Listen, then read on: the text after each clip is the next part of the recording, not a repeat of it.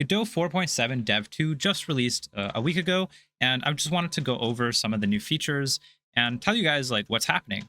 So one of the first things I noticed, I think is pretty much the coolest, which obviously they highlight at the top. Their editor copy paste is going to be a lot better, which I've always had a problem with too. So that is very neat. You can see here in the GIF that you're just able to copy paste things now a lot better. You can even copy paste like folders, which is really cool.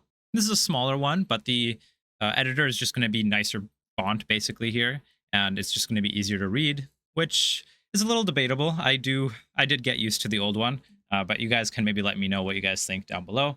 I kind of got used to the old font, so I don't know. Now, this one is probably my favorite update. The animation is going to have groups, the animation player. I know the animation like world in Godot has always been an issue.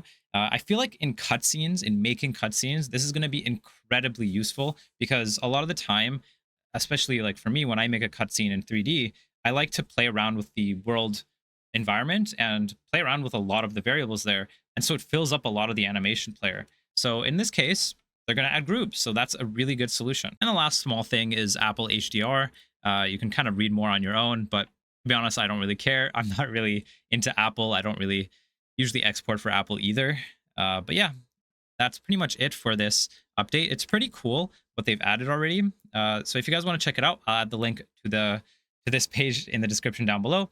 And as always, subscribe, like, and comment. I do plan on making more videos very, very soon. I know the channel has been a little bit dead recently, but just stay with me. I will be coming out with a lot of content soon. So I'll see you guys very soon.